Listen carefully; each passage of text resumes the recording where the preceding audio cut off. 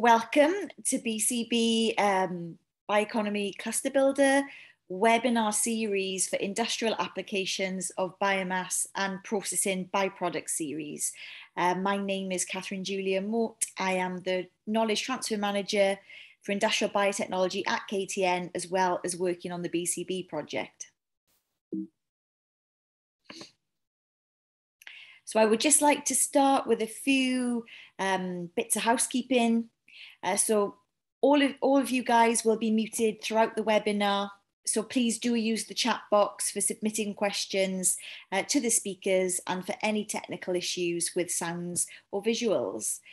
So this webinar will be recorded and you will be sent the recording link in due course. So don't worry if you don't get all the information, you'll be able to revisit it, and my slides will be available to share also.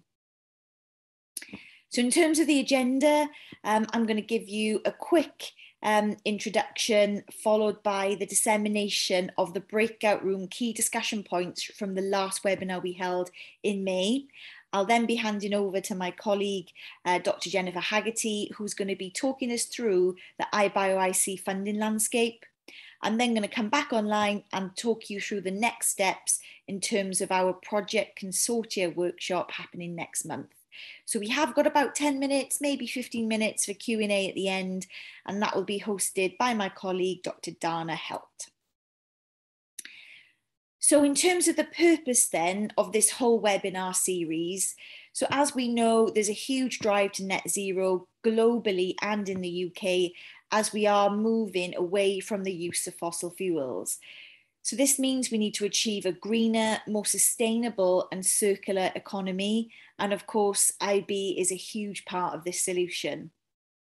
So we really need to realise the potential of IB and biomass utilisation. So our first event in this webinar series was held on May the 27th.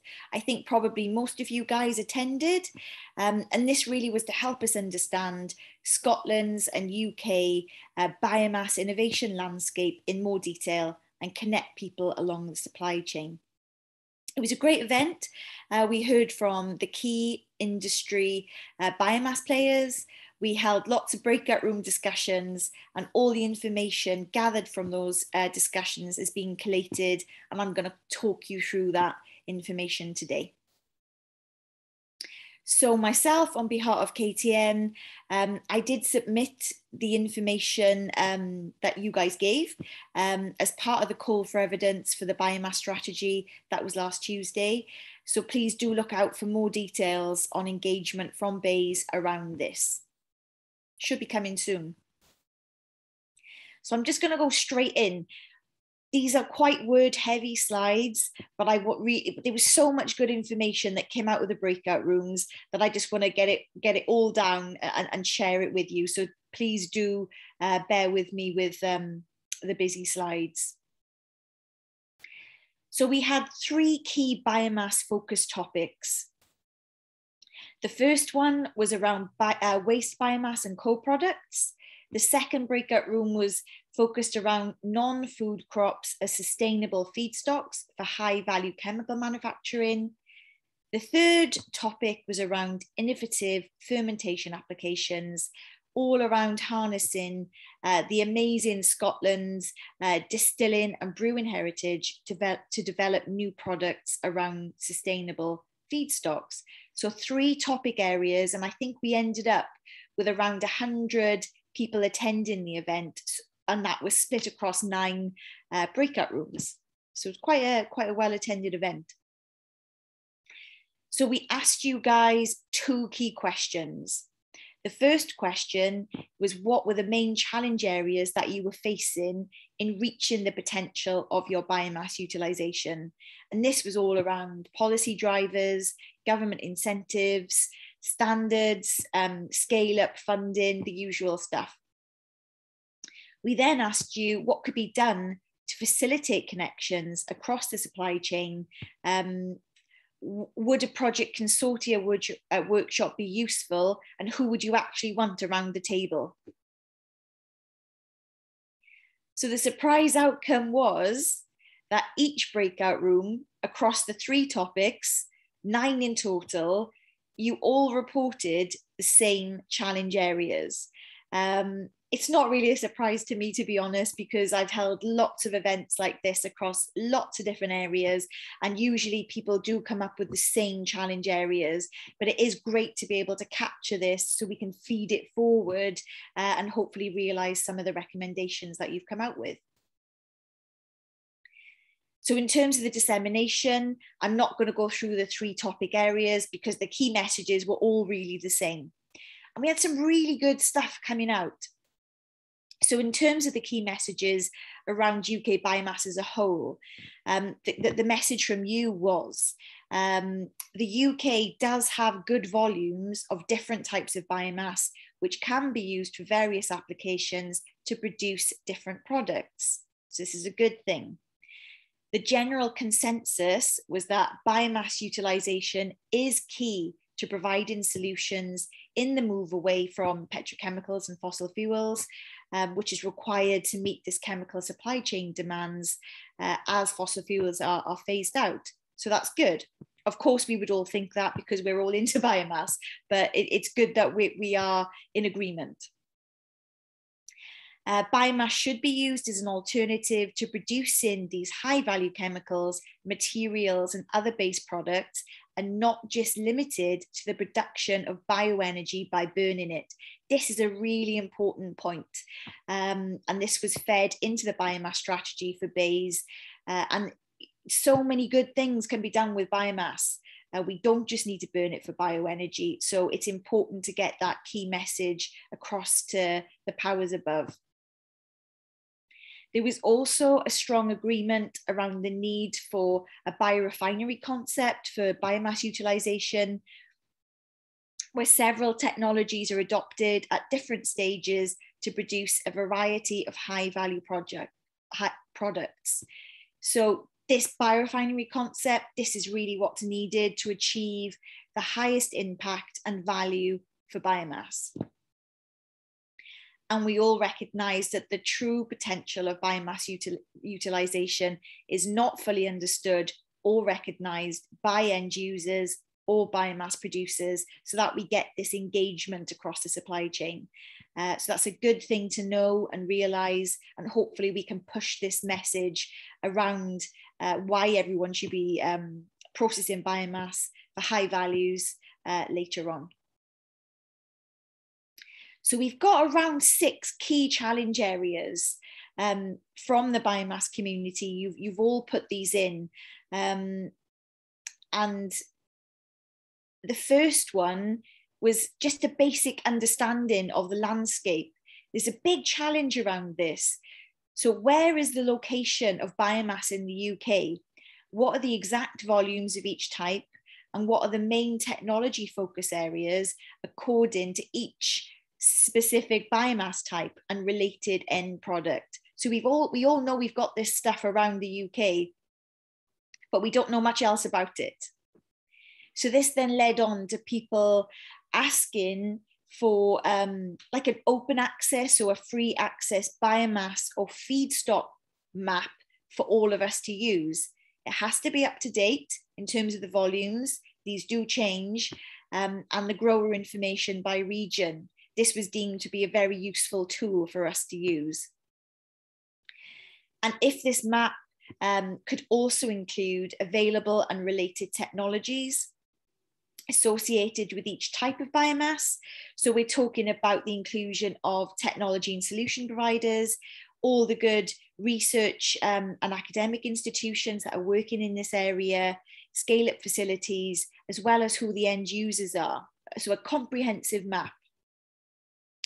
So we are all aware that there are several feedstock maps owned by various organisations already across the UK, but there is indeed no central place that stores all this information for free or easy access for the general community to use this data. I think it would really help drive innovation around biomass if we had all this information in one place for people to, to look to see what's there. So we do require a study around the available volumes to determine the community's key focus areas, as well as what the end user requirements are. So there was a big question around, can we actually meet the needs of the end users with the volumes of biomass we have? Can we actually produce fuels plus energy plus high valuable materials, chemicals, etc., with the volumes we have? Or will we have to make a decision at some point that we have to stick with one or the other? It's a big decision. I mean, hopefully, if we can move towards the biorefinery concept, we'll be able to do all three. That's the dream. But yes, a study is definitely required around these available volumes, which will help us decide. So the third challenge area or want from industry is a bio-based chemicals list. So there are a few lists already circulating around the IB community related to the top 10 bio-based chemicals that we should be producing. And this has come out from the NIB networks. However, it is unclear whether this is industry driven in terms of what the chemical industry actually need us to produce, or if this is what the IB community is saying, or we can make these. So there needs to be a real clear, defined directive list of chemicals, high values, and other bio-based products to provide the basis of where we as a community should be focusing. We really need that. So this list of required bio-based chemicals also needs to be driven by policy to get buy-in from the chemical industry and incentivize them to make the transition. It's a huge transition to move from traditional to bio-based processing. So the feeling was the move to this bio-based end product would not happen if this wasn't government driven. However, it was recognized by quite a few people that this also needs to be consumer driven, which would be key as well. So another one of the challenge areas was lack of connectivity across the supply chain. This one comes up all the time across all the different sectors that we work with. And the community did not know who to talk to when building a project consortia, especially when you're talking about engagement at either end of the supply chain. So the growers, the feedstock producers, biomass producers, and then again, the end users from chemical industry or whoever the other end users may be. So you were asking for the requirement of greater engagement from the end user community in terms of what they want the biomass community to produce. So same themes, you know, what are the key chemicals, materials, and bio-based products they would like researchers and technology providers to concentrate on, so we have a clear focus area. So this one, challenge 5, is all around lack of government incentives and policy drivers around biomass utilisation, which is really hindering progress. So key focus areas are required to come from policy and be supported by both BEIS and Innovate UK in terms of relevant funding opportunities. So you can produce the key focus areas, but if we don't receive the funding to allow us to do the research and scale up activities, it's not going to go anywhere. Incentives are required from government to bring the utilisation of biomass to the same place as biofuels. So they have quite clear directives and incentives around that area. So they have the tax credits and the carbon tax. So it'd be great if we could get similar things for the rest. And it was pointed out that there's no clear policy around waste utilisation, which again hinders progress. So there is a requirement for more focused funding streams that are in alignment with government directive with a clear end goal for the community to hook onto. So this whole thing on alignment and connecting the dots. And you will all know that Scotland is really leading the way in biomass utilisation. So we do require the rest of the UK to adopt this best practice and have more alignment across the regions and clusters around the rest of the UK. The sixth challenge area or ask from industry was the requirement for additional biomass innovation infrastructure. So the focus on this was a dedicated demo scale facility around the higher TRLs to test and de-risk the new technologies coming through to encourage this private investment in this area. It's a big thing. You know, we can do the research, but if we can't move this up and commercialize these technologies to produce these products at high scale, then it's a real problem. There was also discussions around the requirement for a dedicated biomass network UK-wide to join up Scotland and the rest of the UK. And this was seen as a different network as what the NIBs are providing, but could also be built on to what's already there. So in summary, from all the discussions that were held across the key biomass focus areas and the 9 workshop groups, so the biomass is here in the UK. We just don't know how much, where it is, and what we should be doing with it. So that's quite a strong statement. So it was very useful to hold these sessions, and I feel like we've got some really good information coming out and something that we all as a community can build on, and the BCB project will help you guys do that. So in terms of addressing one of the asks from the workshop, I would like to hand over to my colleague, Dr. Jennifer Haggerty, who's going to be talking around the iBioIC funding landscape. So this is around the ask of what is the funding available for us to do any work that we want.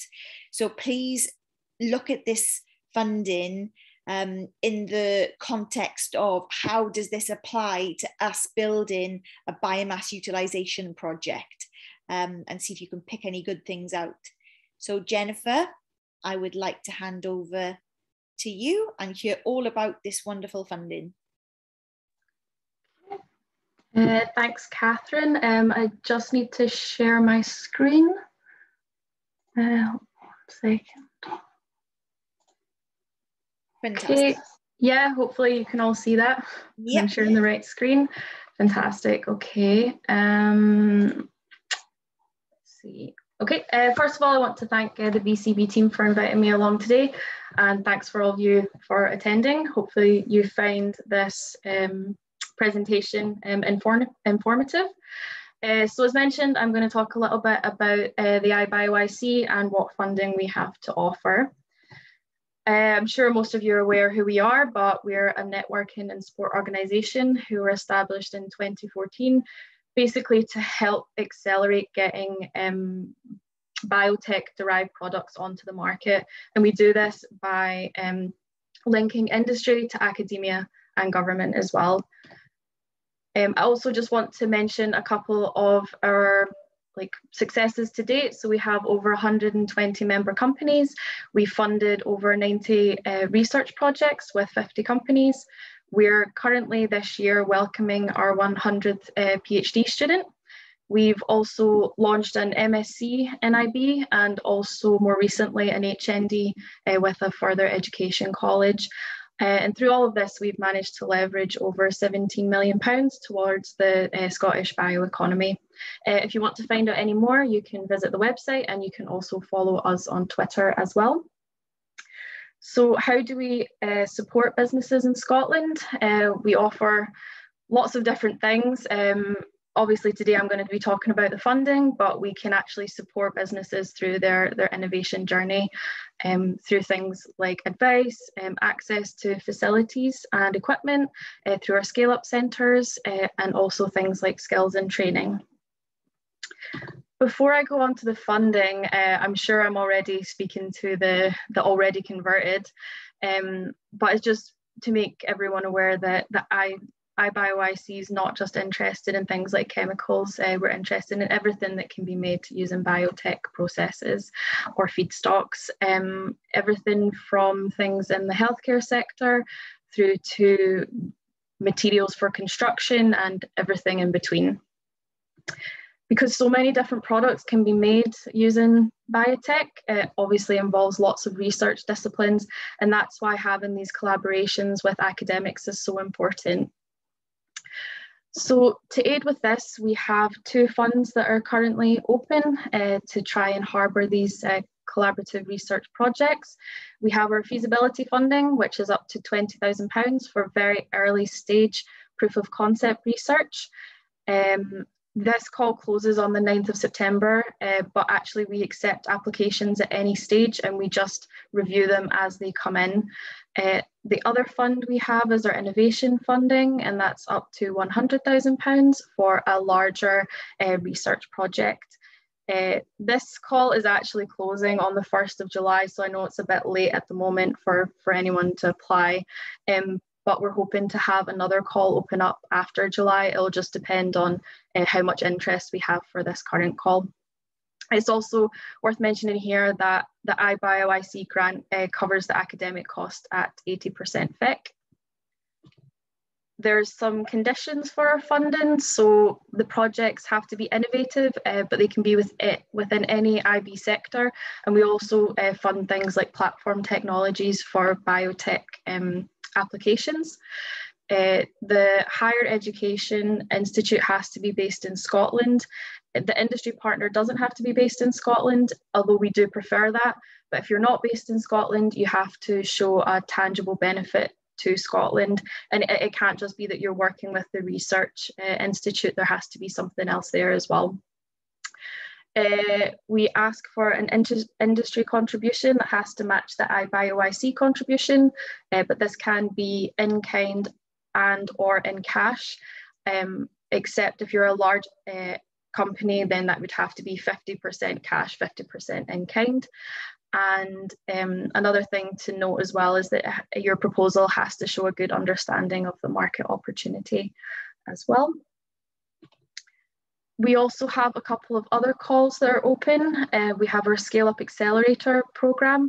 So this is up to £15,000 to support SMEs and spin-outs and startups working with our Scale Up team in the Scale Up centres. 50% of the costs have to be covered by the company in cash for this award. And we've also recently just launched our Spin-Out Support Award. I guess if it's mainly industry I'm talking to here, I don't think it will be applicable, but if there's any academics out there, this is an award of up to £20,000 for academics at any stage, and it's to support commercialising your academic research. Both these calls are always open, and if you want any more information, please feel free to just get in contact with me and we can discuss. So how can iBioIC help? So we don't just have the funding calls, we also want to support industry at any point. So we can help identify academic partners for our calls or other funding. We can also, it also works both ways. So if there's an academic out there that has a process or research that they think would really be applicable to the biotech sector, we can help identify the most relevant industrial partners that could help take them to the next stage. We can provide guidance and support for our funding applications and also for external funding applications as well. We've recently introduced a draft reviewing service as well. That's specifically for our funding calls. And on top of that, we really do want to support companies get into the next stage. So a big part of what we do when our projects are running is helping provide support as well as identifying relevant follow-on funding for projects. I also just want to mention as well our skills training.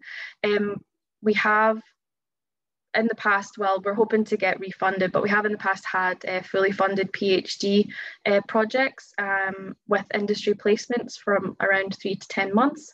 And we also have master's projects with industrial placements during the master's course. They're currently running right now, but if you are interested or you think your company could benefit from having a master's student do a short project next year, please just get in contact with the skills team. And also we've got our HND as well, because not every company needs a graduate to help them. Just want to finish on some case studies that we have. So the first one is turning bad smells into good ones. And this was a project with Argent Energy and the University of Edinburgh.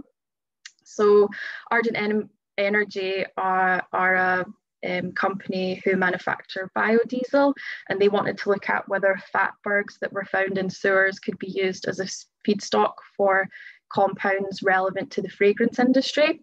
So they worked with Edinburgh University. They managed to identify a route to a very important precursor, and then they went on to win some funding for a PhD project to continue the work, which is actually going to be starting this October. Also, Cellucomp, so they make materials from the waste streams of root vegetables, and they worked with the James Hutton Institute trying to manufacture materials that could be used in the healthcare industry. The team were able to work together and they created these functionalized nanocelluloses that had the kind of properties that they were looking for, and they've actually gone on to be awarded some Innovate UK funding to continue that work as well. And last but not least, 3F Bio, who are now called Enough. They wanted, right when they started, they wanted to test whether their lab scale production for a meat alternative could be scaled. And they also wanted to look at kind of alternative feedstocks that could be used in the process. They worked with the University of Strathclyde, and they were able to generate this really important data that proved that their process was scalable and that these alternative, more sustainable feedstocks could be used in their process. So they've gone on to raise over £20 million of investment. They've launched their first product called Abunda onto the market, and they currently have deals with Marks and Spencers and Unilever. So that was a quick fire round of what we have to offer. So yeah, thank you so much for your attention, and I'm happy to answer any questions during the Q&A. Okay. Brilliant. Thank you very much, Jennifer. Really good to know what's out there and available for everybody to tap into. As you guys know, Innovate UK also has the Smart Grant fundings, which are rolling, and BEIS are likely to release some funding around biomass in conjunction with the biomass strategy. So it's important to keep up to date on all the different funding coming out. And iBioIC and KTN both have newsletters every month detailing all the brilliant funding around the UK. So I would suggest, if you haven't already, signing up to our newsletters. Both iBioIC and KTN and the NIB networks also do have discrete funding around specific topics. So there is lots out there for you to use. Whilst I was listening to your presentation, Jennifer, I was keeping an eye on the chat box, and there's some really cool conversations happening, which is very exciting for me. And we are already connecting the supply chain. So we have a farmer on board. So Michael was asking the question, what do we grow? What can we grow for you? It's brilliant. And we have a technology solution provider, Unite Hemp, who are, talking to Michael in the chat there. So really nice to see. And I also spotted a patent attorney who is an expert in EB and IB, who wants to help facilitate this commercialization journey for people. So this is the type of thing that the BCB project is really looking to facilitate. So yes, I was very excited looking at that chat then. So nice to see you all. So for the next kind of half of the session, I would like to talk you through the next steps as part of BCB based on all the information that I've shared in the previous section. So you guys have asked us, we've listened, and you wanted to know the who, the what, the where, and the how. So the key ask across all the breakout rooms really was, we don't know who to talk to across the supply chain or how to connect with them to build a project. So we have decided to run a project consortia building workshop. This will take place on Thursday, the 29th of July. This event will be published next week for you guys to register. Does close on Friday, July the 23rd. It's a little bit different to the way we've run other events, and it is an expression of interest as you register. So what we're trying to do is get the right people in the room, and once we've gone through all the applications, we will confirm your attendance on Monday, the 26th of July. So I would recommend you keep in the calendar hold on Thursday, 29th of July, and hopefully whoever's expressing an interest will be invited to attend. So we're going to be continuing the challenge theme areas for building these projects, and they're going to be around, these by the way are in keeping with the BCB main focus areas. There are another 3 which we will likely repeat this format for later on, but the 3 key challenge areas for this time around are going to be around the whiskey distillery industry, so new product exploration from waste streams, hemp utilisation led by Unite Hemp. Jamie Bartley, the CEO of Unite Hemp, is online now. Drop him a message on the chat, and that's going to be around bio-based binders, and also food waste utilisation led by Argent Energy, which Jennifer has just touched on in the case study, and that's going to be around DSP challenges. So when we release the event information, the challenge scope will be more detailed. I'm going to talk through it in brief now, just so that you get a real flavour of what we're trying to do. So key thing is we're trying to bring people together across the supply chain to help build projects around these specific topic challenge areas. So in terms of the whiskey distillery industry project, this is quite a general project ask, and it's to explore the potential project options to produce high value products from the spent grains using a biorefinery concept. So the main challenge areas within the project are to investigate local solutions, so in situ or on-site solutions. A lot of these distilleries are in remote parts of Scotland, so it would be great to investigate, local solutions. Also scalability of processes, identification of potential products, and this application of the biorefinery concept. So quite general at the moment, but it would be great to get all interested parties and players around the table to talk through these in what a project would look like and how to move that forward. If you're interested in this particular topic, please do apply. So the hemp project challenge is led by Unite Hemp around natural bio-based binders, and these can be from the protein base from hemp, so this is from the seed protein powder, the resin based from the hemp seed oil, or lignin based from the straw and the fibre. So quite a lot of options.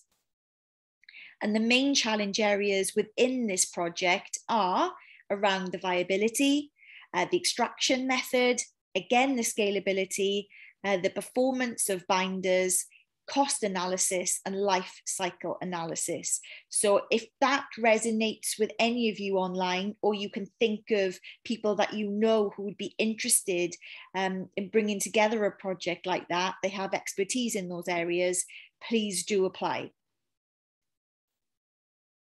So the Food Waste Industry Project Challenge, This is led by Argent Energy. And Argent have given us a nice little paragraph around their challenge, which I'm just going to read for you. So they are interested mainly in the downstream processing of a high value chemical. So this is a completely different focus than the other two projects. So the target project that they are working with is highly insoluble in water. It's synthesized using a cellular system, generating enzymes which will transform a waste triglyceride to intermediate product. A chemiocatalytic transformation will take place, followed by further enzymatic steps. It's quite technical. So the challenge is extraction of the high value product from the system to produce a product of sufficient quality. So cellular material, a heterogeneous catalyst, and wastewater will be present. So their key ask is, how can their product be removed efficiently from the system? So if this is something that you've already done in a similar type of scenario, so if you are experts in downstream processing, if you've done research on this kind of thing, if you've got any ideas, we would love to hear from you. Please do apply for this. So in terms of building a project across the supply chain, why is this important? We need to connect people, and the expertise isn't just coming from one section of the supply chain. We need to bring people together. So in terms of who we're looking for to attend the Project Builder workshops, it's basically everyone. So we're looking for growers and farmers, distillery owners, food waste generators, academics, technology solution providers, innovation centres, scale-up facilities, investors, funders, policy experts, end users, and everything else in between. We really want to get everyone connected and talking. Just to go back to that slide a second. So just to refresh and summarise, this will be released next week.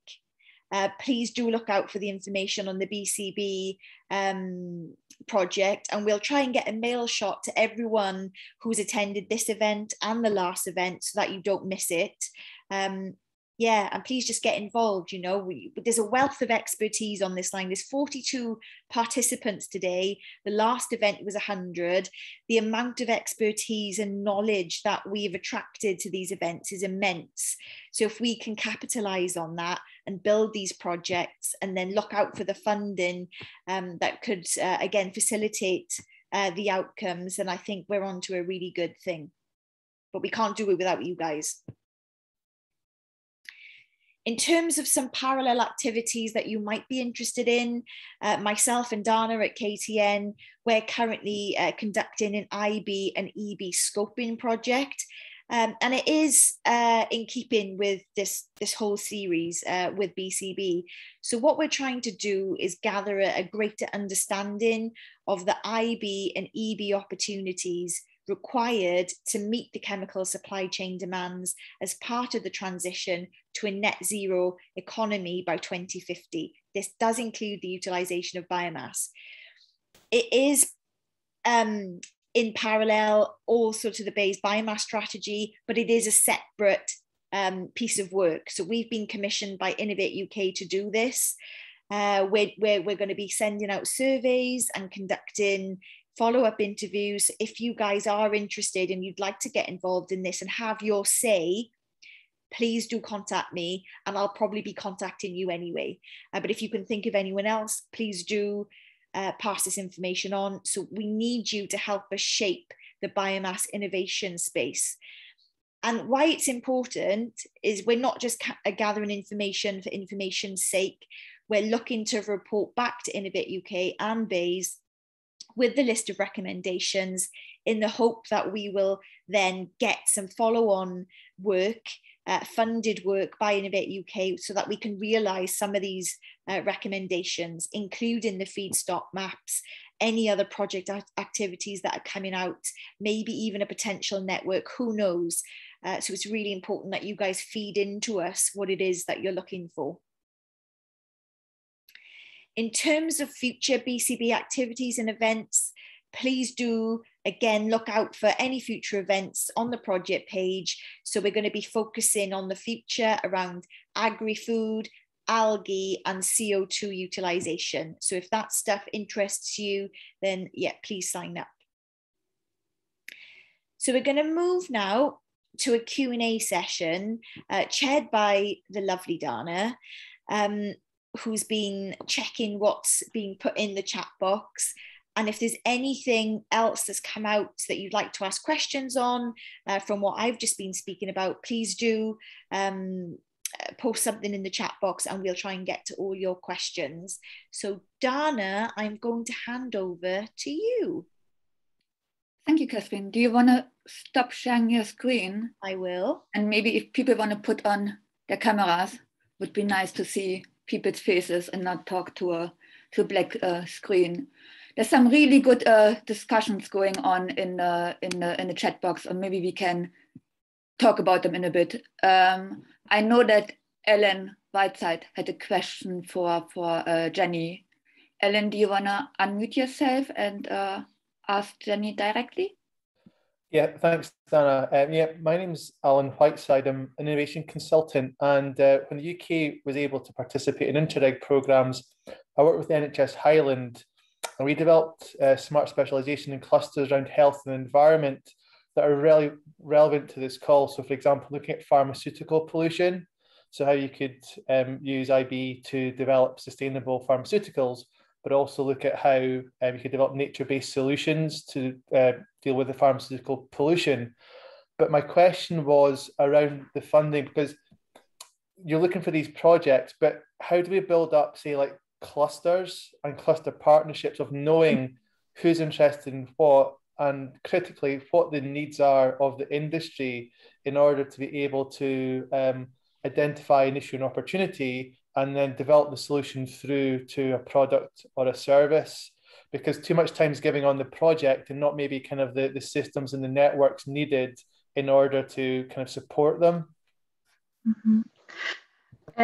Yeah, that's a very, very relevant concern. And I think iBioIC are kind of pivoting towards that. We're realizing that we need to identify what those challenges are and bring those together that are facing them. So we're actually trying to speak to different players in the sector, find out what the challenges are in each one, and then have very specific kind of workshops on, and you know, bring the right people together to kind of discuss what the challenges are and how they can be solved.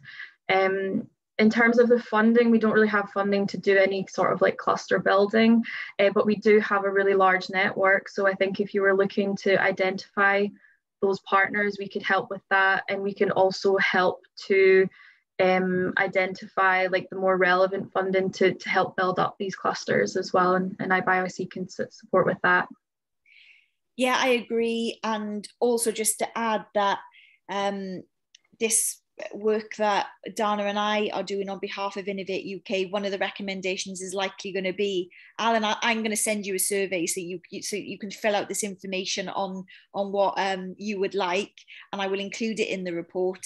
And it's very likely one of the recommendation that will be coming out is to have a more dedicated cluster to let people know where the clusters are. I'm assuming that you know about BioVale or Bio Yorkshire, which is a cluster around biomass utilisation, not solely focused on biomass utilisation, but a part of it is. So it's worth looking at BioVale. But there's no point having these clusters if people don't even know about them. So this map that we're talking about, the feedstock map or the biomass map, is not just going to be a map of volumes. It'll be more a landing page to show everyone what's happening in this space, who are the clusters, who are the networks, who are the academic players, encapsulating all the information, kind of like a one-stop shop of all things biomass in the UK. I think that's what we need really to connect everything together. I'm not sure if that answers your question, but I'm going to send you a survey. Excellent. Yeah, it does. I think it's a case of building it up. I'll share my email and my phone number. It'd be good to speak and follow up with you, Catherine and Jenny, to kind of see how we can progress these. Yeah, brilliant. Thank you. Ellen, yet another question around the public sector and taking part in projects. Do you want to? Yeah, again, it's probably kind of an example of what we're discussing around the model, is that I find that the UK wants collaborative innovation, but doesn't support collaborative innovation. And it's how we go about kind of trying to build that together and having, like, for example, with Jim Laird, the kind of the public sector there, because I can see ways in which, as a big end user potentially, that kind of these collaborations can kind of help, but sometimes I find that kind of they're not involved. And I have a former colleague at NHS Greater Glasgow and Clyde that said around the sort of the medical innovation, develop technologies we don't need, the problems we don't have, and then complain about it when we don't buy it. How do we kind of align these up? Because it's not like the NHS is without kind of needs and opportunities. It's just how do we kind of get better alignment and see, particularly around a lot of the IB things, that the public sector can have great benefit from it, whether it be sustainable energy systems, nutritious food, reducing health inequalities, that type of thing. How do we go about having more of a collaborative approach? And going on to what you were saying there, Catherine, once you work out a new product or service in one part of the UK, scale it up and get other parts of the UK involved and show them how to do it for themselves. Yeah, I'll comment on the first part in terms of the NHS. So this is actually happening already in other sectors, maybe not so much in IB. At KTN, we do have lots of different focus areas and teams. And one of two teams, the health team and the agri-food team, or the agri-tech team, they do a lot on future food, future health,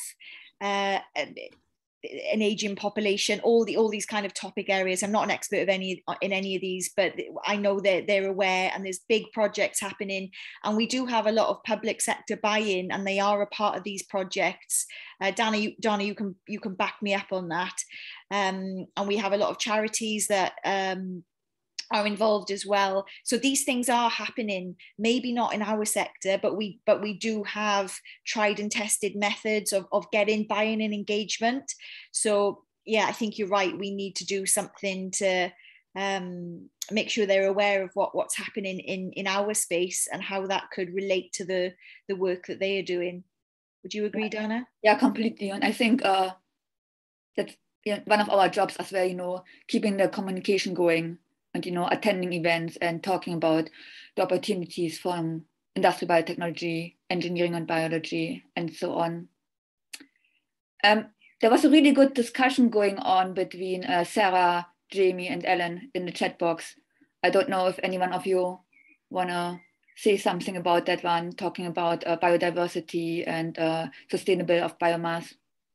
Yeah, I'll happily comment. I mean, I think Sarah's spot on. I mean, I think it's really important that when we're looking at these different industrial biomass sources, that we really do understand the biodiversity impact and the biodiversity net gain of potentially utilising different feedstocks and then mass cultivation. I mean, we certainly promote obviously hemp as a biomass, but also a regenerative agricultural practice. We need to get away from this sort of monocrop, broad acre arable crop rotations, and try and really consider the carbon and the emissions from the soil, and also how we can sequester that carbon longer term and really benefit utilising biomass, but in a far more sustainable manner than we potentially have done previously. So yeah, I think it was a really good comment that Sarah was making there, definitely. For those of you that don't know the lovely Jamie Bartley, he is the CEO of Unite Hemp, just to let you know. So Jamie will be leading one of the project Consortia workshops next time round. If you'd like an introduction to Jamie more formally, please let me know and I will introduce you for further discussions after this. Thanks, Sarah. Sarah, I don't know if you want to say anything. You put a really good comment in the chat box talking about bioplastics. Are you happy? Yeah, so it's just something that I came across and it's been bothering me because I can't find an answer, and I'm sure it's something that has been discussed if I'm understanding it correctly. So my understanding is that we're going to be having the plastics tax that kicks in if raw plastics that have got less than 30% recycled plastic in them. but this also covers bioplastics and biodegradable plastics. So they, as far as I understand it, will be subject to this tax because they don't have the recycled plastic within them.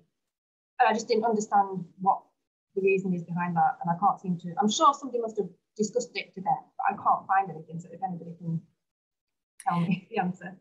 I don't know the answer to that. There may be somebody online who will be able to. I can see Jamie unmuting. We do have an expert in plastics at KTN, Sally Becken, so I can make an introduction. I don't know if you know Sally already, Sarah, so she will definitely know the answer to that, but I can see Jamie unmuting, so I'm going to pass over to Jamie. No, I mean, I'm not 100% from my understanding as well, which isn't, I'm not saying I'm an expert in plastics, but from my understanding, it's a complete oversight of the policy, and they just haven't considered the fact that there's going to be bio-based plastics coming to market that could be 100% bio-based. We're working with 25% bio-based plastic, which has got a recycled plastic content for that rationale. But from my understanding, it's just a complete oversight in policy. Thanks, Jamie. I don't know if anyone else has a question or would like to raise a topic. We still have 10 minutes on the webinar. If anyone is happy to unmute themselves. I'm just looking, is our farmer still online? Is Michael still online? I'm not sure whether you are, Michael. Oh, yes, Michael, you're there. Michael Lewis. Would you like to unmute yourself and just introduce yourself as a farmer and what you would like? You're on mute, Michael.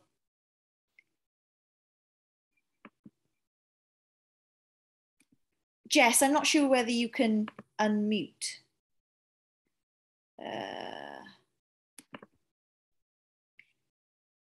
There should be a little mute button on the bottom of your screen, and if you click it, it will unmute you.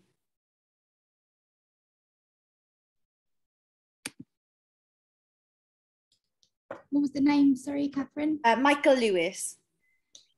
Thank you, Jess. Oh, there you go, Hi. Michael. You are unmuted. Sorry, I was struggling with the technology there. I do it every day, don't worry. Right.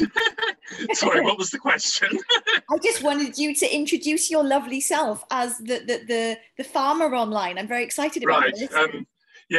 First of all, apologise to Jamie about the hemp business. I'll email you separately later. We're up in the northeast, 55 degrees of latitude and 500 feet above sea level, which is a little bit of a challenge. Wow.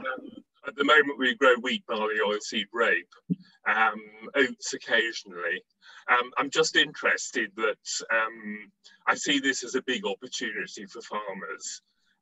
Most of what we grow at the moment goes for cattle food. There's a lot of talk about imported meat, so hard times for livestock farmers. Veganism's growing. Mycoprotein is growing. I can see that cattle food market disappearing, and it's not particularly profitable. And I just see this as something that we can grow pretty much whatever you want, and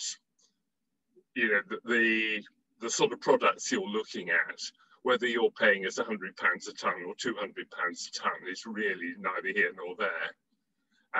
And obviously, I'd rather have £200 a tonne from you than £140 a tonne from the livestock feed market. My big problem is that I'm 65. I'm trying very hard to persuade the children to tell me what they want to do with the farm. But they keep sort of getting married and moving house. And how dare they, Michael?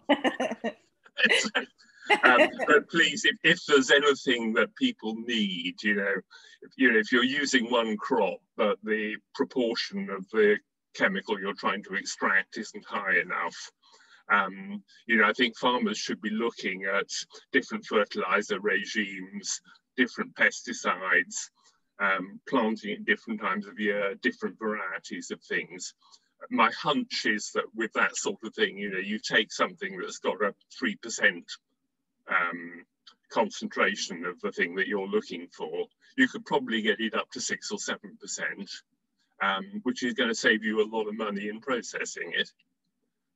But just in general, you know, if anyone has any ideas or just wants to sit down and chat, you know, once harvest's over, I've got nothing to do for the next 6 months. So I'm very happy to come and talk to people about, you know, even daft ideas, because daft ideas can turn into good ones when you get the right people around the table. Oh, I love it, Michael. And I'm going to send you a survey as well, because it's going to be great to have a farmer's perspective. You were so refreshing, and it's an absolute pleasure to have you online and hear your perspective. What you obviously sound very informed. What is the mood in the camp from other farmers you know? Is everyone on the same lines as you, or are they yet to catch up? No, but I don't think they're aware of the either the threats of changing climate, changing markets, or of the opportunities. I think the real trouble is that farmers talk to farmers the same way that academics talk to academics. And somebody needs to go along to the farmers and say, please, will you try growing this? It's worth 500 quid a tonne, and they'll bite your hand off. So the incentivization is the cash. So we need to work out. Well, yes and no. They just need somebody to ask them to do something. Okay. The government made exactly the same mistake with the countryside stewardship. You know, we all know there's an ecological crisis brewing, but the government say, oh, well, you can apply for this, you can apply for that. All the information's on the website, but actually it's terribly difficult. You know, it's all in technical eco language that farmers don't understand. If somebody from the government would come along and say, we've got a real problem with red squirrels, please, have you got 20 acres that's not particularly profitable where we can plant some spruce trees? Everybody would say yes, but that's the way the conversation needs to be. Wow. We want you to do so and so. How much do we have to pay you? Not, you can apply for this if you look on the website. Yeah, I got you. Yeah, different change. That's so interesting and a great perspective, and I'm definitely going to feed that forward. And I think we need a farmers group or a farmers circle, something that we can. Or is it just you know, where you have a circle talking about something else, to have a farmer on tap? Yeah, definitely. I mean, just as a stupid example, I've got a project going at Huddersfield about Jerusalem artichokes. And the yeast isn't doing what it should do because it needs some extra nitrogen. You know, you look up in the Sigma catalogue, and nitrogen compounds cost, you know, whatever they do per litre. I buy an ammonium nitrate, which is 30% nitrogen, and it costs me about £200 a tonne. That's 20p a kilo. You know, farmers are very good at doing stuff cheaply, I suppose is what I'm saying. Yeah, which is great for these types of projects. You're talking about bulk stuff that you're then going to extract 2% of what you want, and actually getting the bulk cheaply, and probably being able to do a lot of the processing on farm, so you haven't got to transport it. That is just music to my ears, because we're all around keeping things local, minimizing transportation. Yeah, you know, we've got space, we've got big sheds, we've got, I wouldn't say exemption from planning controls, but certainly there's an awful lot of things that we can do that no industrial company would be allowed to do. Jamie, I think we found you a new best friend. Absolutely, Michael. Really looking forward to taking this on, Michael. Absolutely. Yeah. There's a lot we can talk about. Jamie, I've got a note in my diary once harvest's over to come down and talk to you about it seriously. Yeah, absolutely. I'd love to have you down, Michael. You know, just sort of, we need to be in the same room for half an hour and then decide what's sensible and what isn't. It'll take more than half an hour. I can guarantee you that. Right. Great. But yeah, no, happy to have you down. That'd be great. Can I bring in Sarah? Sarah, you had your hand raised. I don't know if you would like to. Yeah, I was just going to say a different thing. So I was at another webinar not long ago, and the guy, I think he was in policy, and he pointed out that people have gone to war for oil quite often in the past, and he sees that, you know, people are going to go to war over land, because as we move away from oil, it's going to be the biomass that's important. So, like, yeah, tell your kids to hang on to your farm, probably. And then the other thing I was going to say is I'm hopeful, hopefully, that after Brexit, we're going to move towards being able to use GM crops, basically. So that I can see that as being a big opportunity for industrial biotech, because we're going to be able to engineer the crops to make more of, like what Michael was just saying, if we can get them making more of what we need them to make, and so yeah, just another hopeful opportunity coming up. Yeah, definitely agree. Engineering biology for agri-food, big topic. And as you said, hopefully, you know, after Brexit, there's a huge opportunity for the UK to lead in this area and be a front runner. We are 1 minute to 11 o'clock. We are about to come to an end. I don't know, Catherine, if you want to say any last minutes. Yeah, I thoroughly enjoyed this, and I hope you guys have as well. This is a real live example of connecting people across the supply chain. You've just witnessed that, and that just shows the value of these types of events and the BCB project. So thank you everyone for getting involved, and especially thank you to Michael, our first farmer. So I'm very excited about this. Please do keep an eye out for this expression of interest for these project builders. Michael, it would be lovely if you could attend actually the hemp one. And yeah, just a big thank you. Enjoy the rest of your day, and do catch the recording when it comes out. And thank you to Jenny and Dana as well. So yes, have a nice rest of the day, everyone.